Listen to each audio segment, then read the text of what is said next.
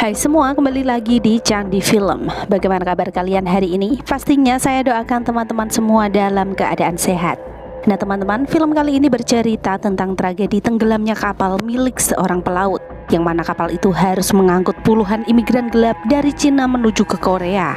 Akan tetapi para imigran itu bukannya sampai ke tempat tujuan, namun mereka harus mengalami hal yang sangat-sangat mengerikan ketika berada di atas kapal. Tragedi tragis itu pun tak luput dari instruksi sang kapten yang memerintahkan anak buahnya untuk melakukan hal-hal tersebut.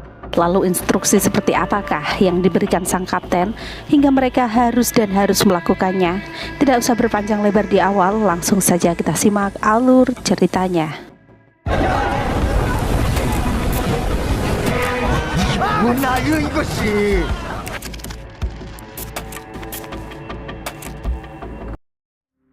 Diceritakan dahulu sebelum krisis ekonomi melanda, tepatnya sebelum tahun 98, kehidupan nelayan sangatlah tentram dan serba berkecukupan. Mereka dapat mencukupi semua kebutuhan keluarga dan membeli barang apapun yang mereka mau hanya dengan menangkap ikan. Maka tak heran jika di era itu banyak sekali orang yang ingin berprofesi sebagai nelayan.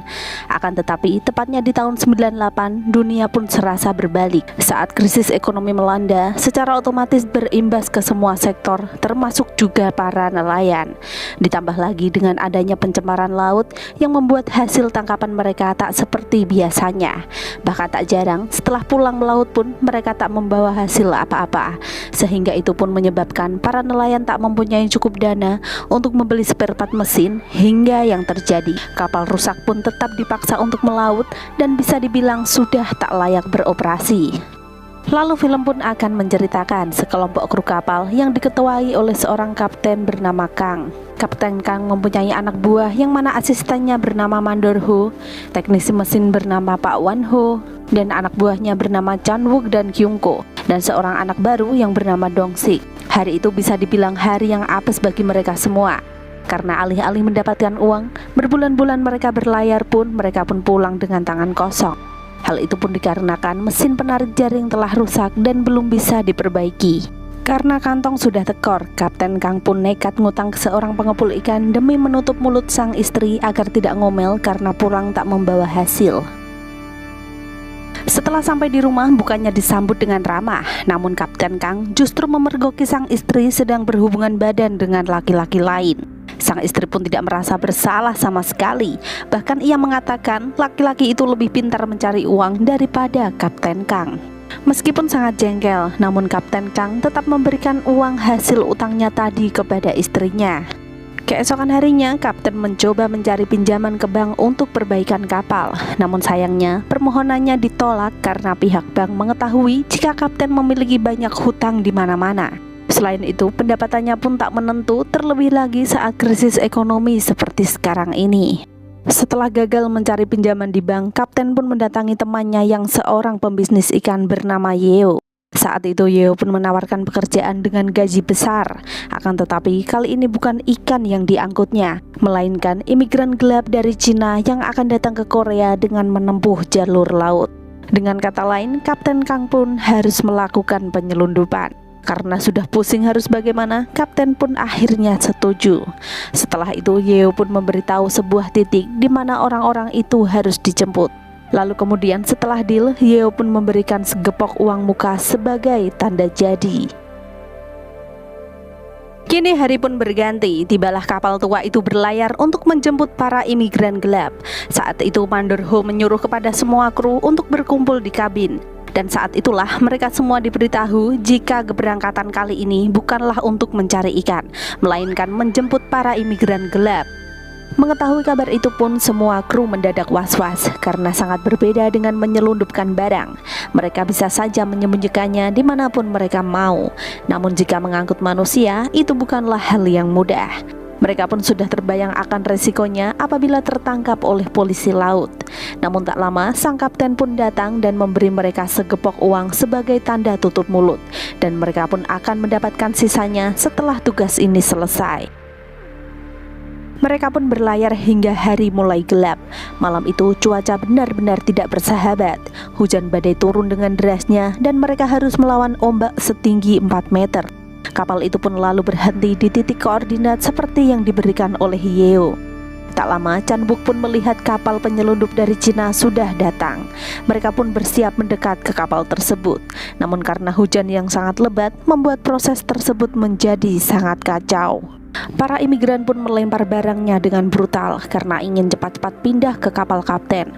Kapten pun sangat was-was dan melihat-lihat keadaan sekitar karena khawatir ada polisi yang sedang berpatroli.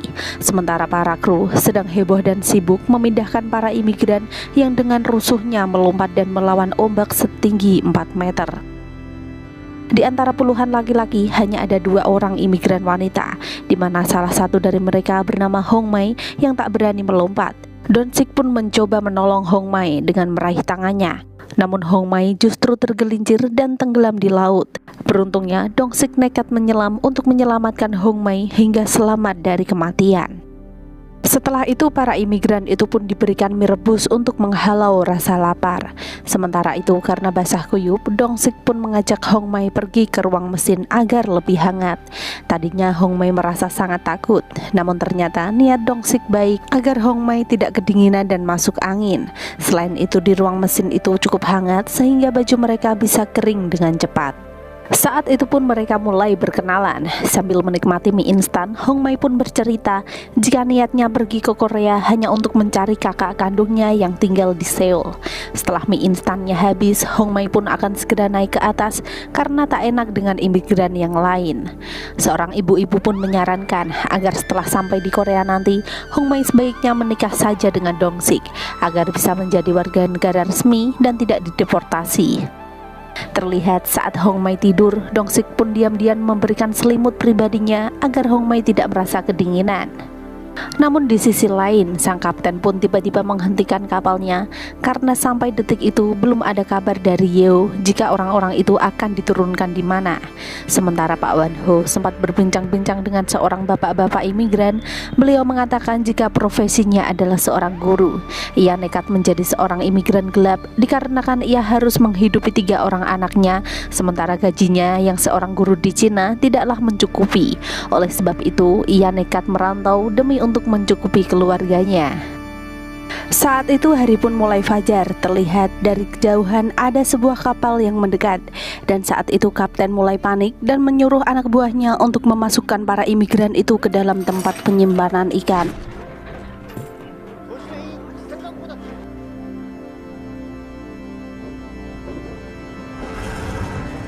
Lalu setelah kapal itu bergerak menjauh, para imigran itu dikeluarkan kembali dan mereka pun semua hampir pingsan dan merasa mual karena di dalam freezer ikan itu ternyata sangat bau amis, bahkan tercium bau bangkai ikan yang sangat menyengat. Karena tak tega, Dong Sik pun kembali mengajak Hong Mai untuk bersembunyi di ruang mesin agar lebih hangat dan nyaman. Saat itu sempat ada seorang imigran yang protes karena mereka telah disembunyikan di tempat ikan yang sangat bau. Seorang dari mereka memberi usulan agar disembunyikan saja di kabin atau di ruang mesin misalnya. Mereka pun menuntut agar diperlakukan dengan layak karena mereka telah membayar mahal atas perjalanan ini. Namun tak lama kapten pun datang dan menghajar orang itu karena selalu memprovokasi para imigran yang lain. Setelah dihajar, orang itu pun kemudian dilemparkan ke laut untuk memberinya pelajaran. Setelah melihat kejadian itu, para imigran itu pun mau tak mau akhirnya tunduk kepada kapten dan si provokator itu pun diselamatkan kembali. Kini dengan sangat terpaksa, para imigran itu menuruti kata-kata sang kapten dan kembali masuk ke penyimpanan ikan. Namun kali ini, pintu dari palka tersebut dibuka agar mereka mendapatkan hawa dari luar. Sementara di ruang mesin, Dong Sik pun rela memberikan bantal dan selimut tebalnya untuk Hong Mai agar dia merasa nyaman berada di sana. Dimulai sejak saat itulah tumbuh benih-benih cinta di antara mereka berdua. Tak lama Pak Wan Ho bagian mesin pun datang dan Dong Sik meminta izin kepada Pak Wan Ho agar mengizinkan Hong Mai untuk bersembunyi di sana. Untungnya Pak Wan Ho orangnya sangat baik hati dan mengizinkan Hong Mai beristirahat di ruang mesinnya. Siang harinya nampak kapal polisi patroli yang melintas dan mendekati kapal mereka. Para polisi itu pun curiga karena kapal si kapten tak biasanya berada di perbatasan.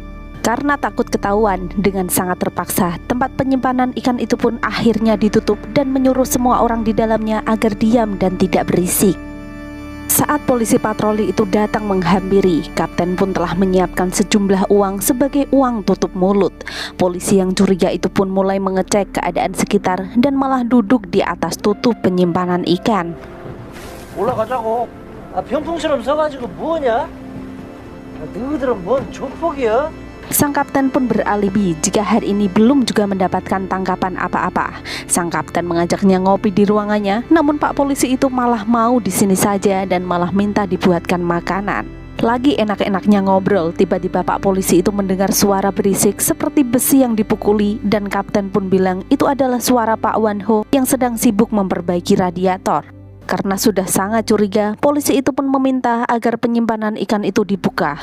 Namun saking paniknya, si kapten seketika naik darah dan mengacungkan celuritnya.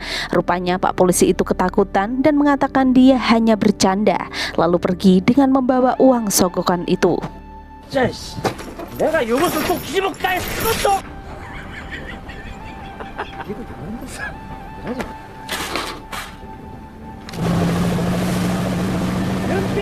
Lalu disitulah awal muasal petaka itu terjadi. Ketika Dong-sik membuka penutup palka itu, terlihat semua orang tertidur pulas dan posisinya saling menumpuk. Dong-sik dan teman-temannya mencoba untuk turun dan membangunkan mereka, akan tetapi mereka tidak bergerak sama sekali.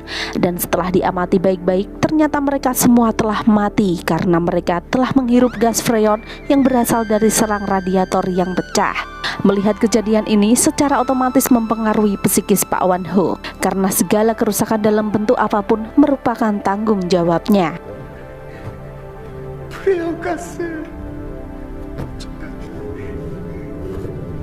Kapten pun mulai buntu dan tidak tahu harus berbuat apa, lalu menyuruh yang lain untuk mundur dan menutup kembali pintu palka. Dengan pandangan kosong, kapten pun duduk termenung di atas palka. Tak lama berselang, hari pun mulai gelap dan kabut laut pun mulai tebal.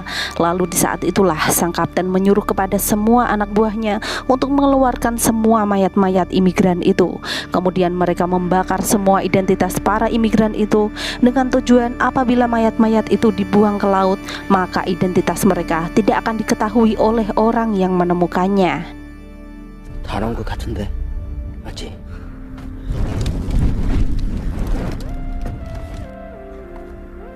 Tak berhenti sampai di situ, ternyata kapten juga tak mau jika nantinya mayat-mayat itu sampai terbawa arus ke daratan.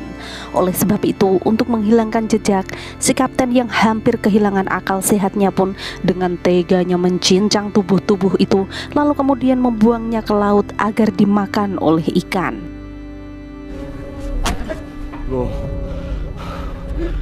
이 중에 하나가 우린 다 끝장이야. Seperti itu pula kapten memerintahkan anak buahnya untuk melakukan hal yang serupa.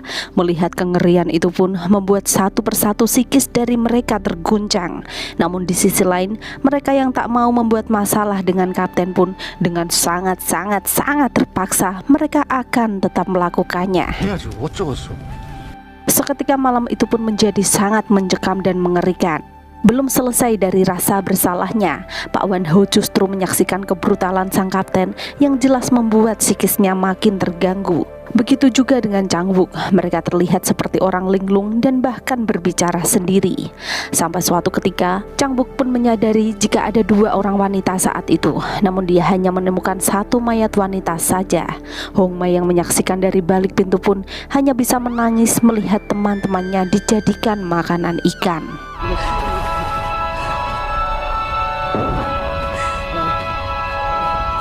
Setelah semua mayat itu dibereskan, Chang-wook yang masih penasaran pun mencari Hong-mai hingga ke ruang mesin. Sementara Pak Wan-ho yang makin lama makin linglung terus bertingkah aneh. Ia terus memunguti sisa-sisa barang dari para imigran itu.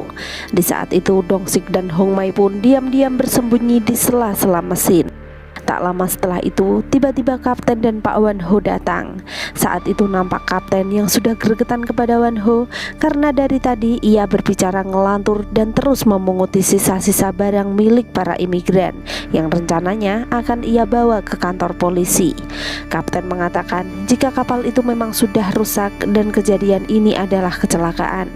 Namun Wan-ho yang baik hati pun akan menyerahkan diri ke polisi. Sementara kapten ingin merahasiakan semua ini dari siapapun.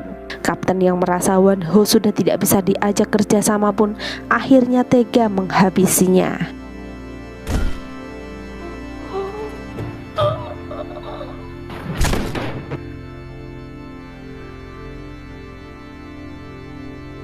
Setelah itu kapten pun menyeret mayat Wan Ho keluar lalu membuangnya ke laut. Bisa dibayangkan betapa takutnya Hong Mai dan Dong Sik yang bersembunyi melihat pembunuhan di depan mata mereka. Sementara sang kapten makin lama makin tak terkendali, sedangkan Hong Mai dan Dong Sik pun tidak bisa berbuat apa-apa. Dan mereka pun saling mendekap dan terbawa suasana lalu bercinta dalam kesedihan. Saat itu Dong Sik pun berjanji akan membawa Hong Mai sampai ke daratan meskipun nyawa harus menjadi taruhannya. Kini hari pun mulai siang, namun kabut laut justru makin tebal dan mereka kesusahan untuk bernavigasi. Orang-orang pun mencari Pak Wan Ho tanpa mereka tahu jika Pak Wan Ho semalam telah dibunuh oleh sang kapten. Namun Chang Wook justru senang dengan hilangnya Pak Wan Ho, karena itu artinya dia akan menjadi juru mesin selanjutnya, yang otomatis membuat Dong Sik was-was karena Hong Mai yang masih bersembunyi di ruangan mesin. Begitu juga dengan Kyung Ko yang tiba-tiba datang dan malah mengambil semua uang Pak Wan Ho, dan mereka pun nampak tak peduli dengan hilangnya Pak Wan Ho. Tak lama berselang, Chang Wook yang mata keranjang pun akhirnya menemukan Hong Mai di sana. Dong Sik pun mencoba menghalaunya, namun katanya ia ingin mencicipi tubuh Hong Mai sebelum dibunuh oleh sang kapten.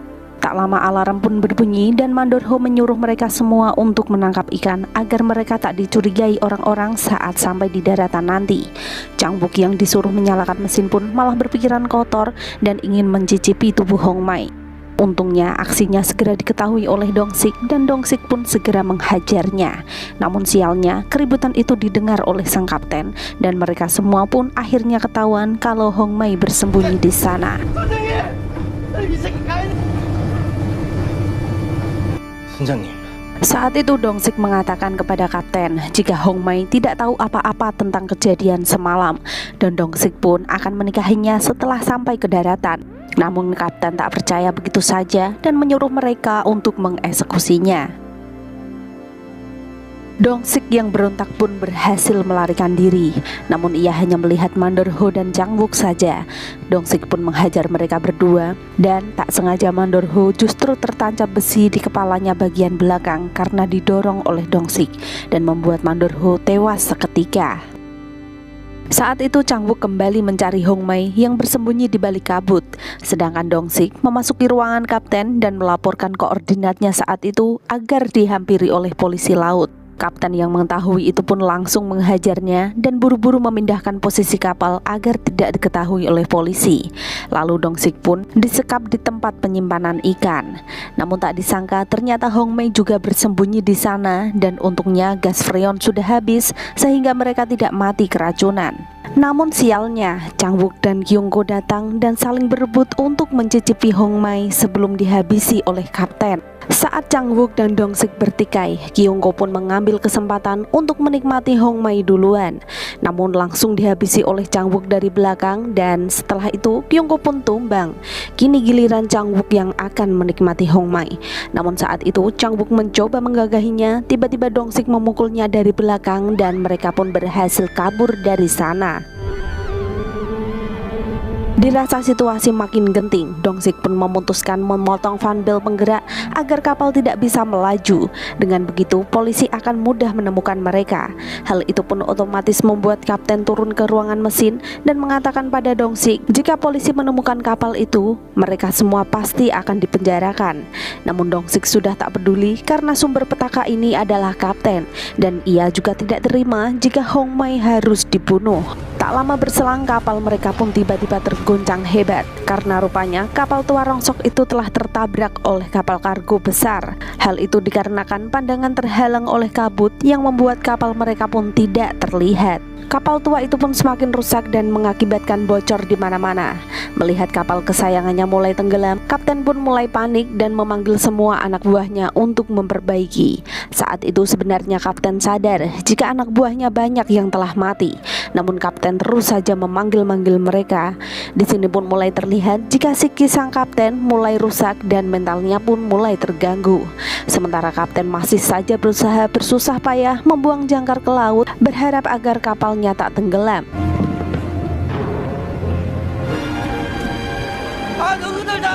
Kapten yang melihat Dong-sik pun mengajaknya untuk bersama-sama mengangkat jangkar. Namun Dong-sik tak peduli dan melempar pelampung itu ke air untuk kabur bersama Hong Mei. Saat jangkar berhasil dilepaskan, secara tak sadar kaki sang kapten terlilit tali jangkar sehingga kapten pun terseret tenggelam bersama dengan kapal kesayangannya.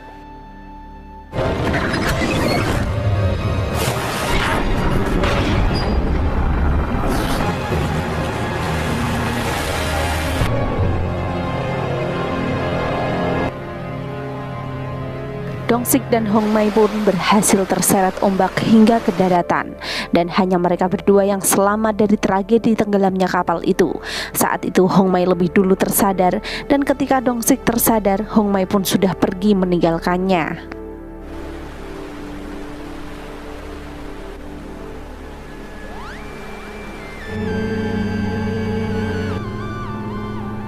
Singkat cerita, 6 tahun pun berlalu. Kini Dong-sik bekerja sebagai kuli bangunan di kota Seoul. Saat pulang kerja, Dong-sik pun mampir sebentar ke warung ramen, dan di sana ia melihat seorang anak kecil bersama ibunya. Dong-sik seperti tak asing dengan suara wanita itu, dan setelah diamati, ternyata itu adalah Hong Mei. Namun saat itu Dong-sik tak berani menyapanya, sembari di dalam hati Dong-sik berbisik, apakah gadis itu adalah anaknya? Lalu film pun berakhir. Nah teman-teman, begitulah akhir cerita di film kali ini. Terima kasih buat yang sudah menyaksikan. Jangan lupa subscribe dan nantikan cerita menarik berikutnya.